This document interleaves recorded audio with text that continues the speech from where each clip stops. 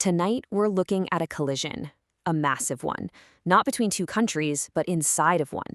It's a story about a cultural rebellion playing out on the world's biggest stage, set against a quiet, almost invisible power play happening deep inside the government. This is the story of a protest pin versus a multi-billion-dollar policy. And it all really ignited with this single sentence. At the 68th Grammy Awards, when Billie Eilish said this, she wasn't just accepting an award. Oh no, she was drawing a battle line. In that one moment, a music show became a political flashpoint, and she gave a voice to a feeling that was about to just explode across the country. So, let's go there, the Crypto.com arena in LA.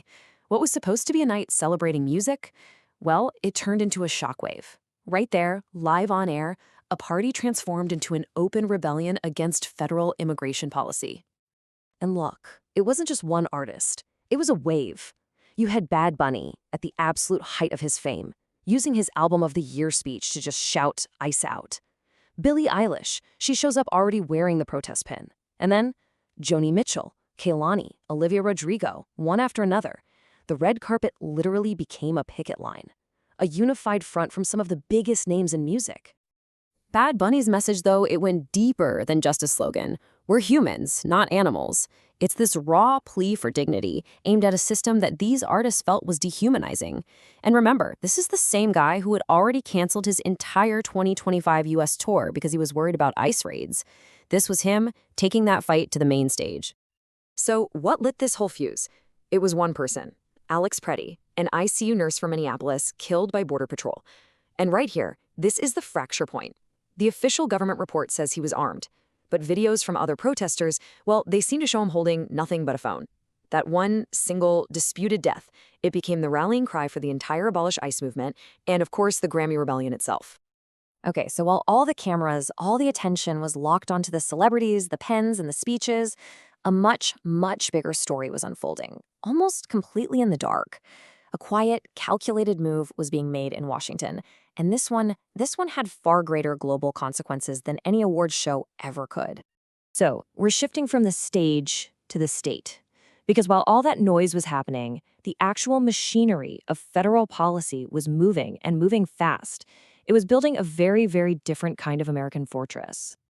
$12 billion. Let that number sink in for a second.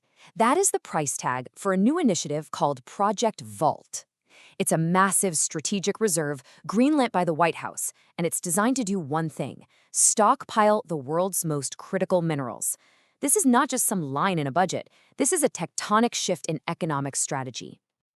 And there's no mystery about who this is aimed at. The goal is explicit. The entire point of Project Vault is to break America free from China's absolute stranglehold on the global tech supply chain.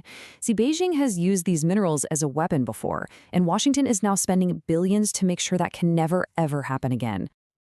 And this was not a random shopping spree. No, this was surgical. They're targeting the exact choke points in the system. Neodymium for electric vehicle motors and F-35 fighter jets, China controls 90% of the processing. Cobalt for the advanced batteries we all need. And gallium, critical for semiconductors. China controls a staggering 98% of it. Just imagine if Beijing decides to turn off that tap. The entire global chip industry could just grind to a halt. Project Vault is designed to bulletproof America's most vital industries: defense, tech, and energy. But this idea, this economic nationalism, it didn't exist in a vacuum. The whole philosophy behind it, this sort of Fortress America, insulating the nation from outside threats, it was being applied everywhere. So while Project Vault built the strategic wall around the supply chain, a much more literal wall was being reinforced at the border. And you can see the scale of that reinforcement right here. The number of people detained by ICE surged to a record 73,000. That's an 84% jump in a single year. This isn't a minor policy tweak. This is a massive, massive escalation of enforcement on the ground. And all those detentions are leading to removals. Over 670,000 people were deported by the Department of Homeland Security this year. Now, the official line is that this is about public safety, and they point out that 70% of those removed had criminal convictions or charges. But of course, that still leaves a huge number who did not. So, alongside the physical enforcement, a new executive order built a legal wall. It just flat out halted immigrant visas from 75 different countries. We're talking places like Brazil, Pakistan, and Nigeria. The stated reason was to prevent new immigrants from becoming what's called a public charge, basically, someone reliant on welfare. Civil rights groups, as you can imagine, immediately sued, calling it a discriminatory ban. So you have these two massive forces, right? And they are moving in completely opposite directions. On one side, you've got this cultural movement screaming for open borders and human dignity. And on the other, you have a government apparatus building walls, economic walls, physical walls, and legal walls at a speed we've never seen before. And right here, you can see the conflict in the starkest possible terms. The protests chants, "ICE out." The policy responds with 73,000 people in detention. The artists declare no one is illegal. The government removes over 670,000 people. These aren't just slightly different opinions. These are two fundamentally incompatible visions for what America should be. And while the celebrity megaphone is incredibly loud, it's absolutely crucial to understand this.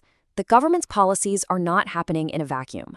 Recent polling shows that a majority of Americans, 55%, actually support increased deportations and tougher enforcement. So this isn't just a top-down policy. It reflects a very real, very deep division within the American public itself. And this is the result. The divide is now so deep that we can't even agree on the basic facts of what happened. We're right back to Alex Preddy. Was he a peaceful protester holding a phone, or was he an armed threat to federal officers? In today's America, the answer to that question depends entirely on which side you were already on. There is no longer a shared reality. So, that brings us to the immediate future. Because this conflict isn't fading away, it's escalating. And the very next battleground is set to be the single biggest stage in the entire country, the Super Bowl.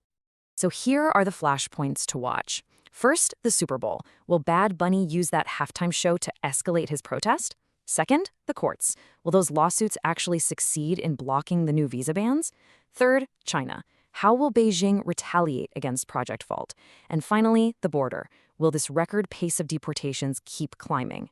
The answer to every one of these questions is going to have enormous consequences. Ultimately, it all comes down to this one question. In this ongoing struggle to define what America is and what it's going to become, which force will prove more powerful in the long run? The passionate, visible cry for change, symbolized by a simple pin on a lapel, or the silent, immense, and incredibly well-funded machinery of federal policy? The answer will shape the nation for decades to come.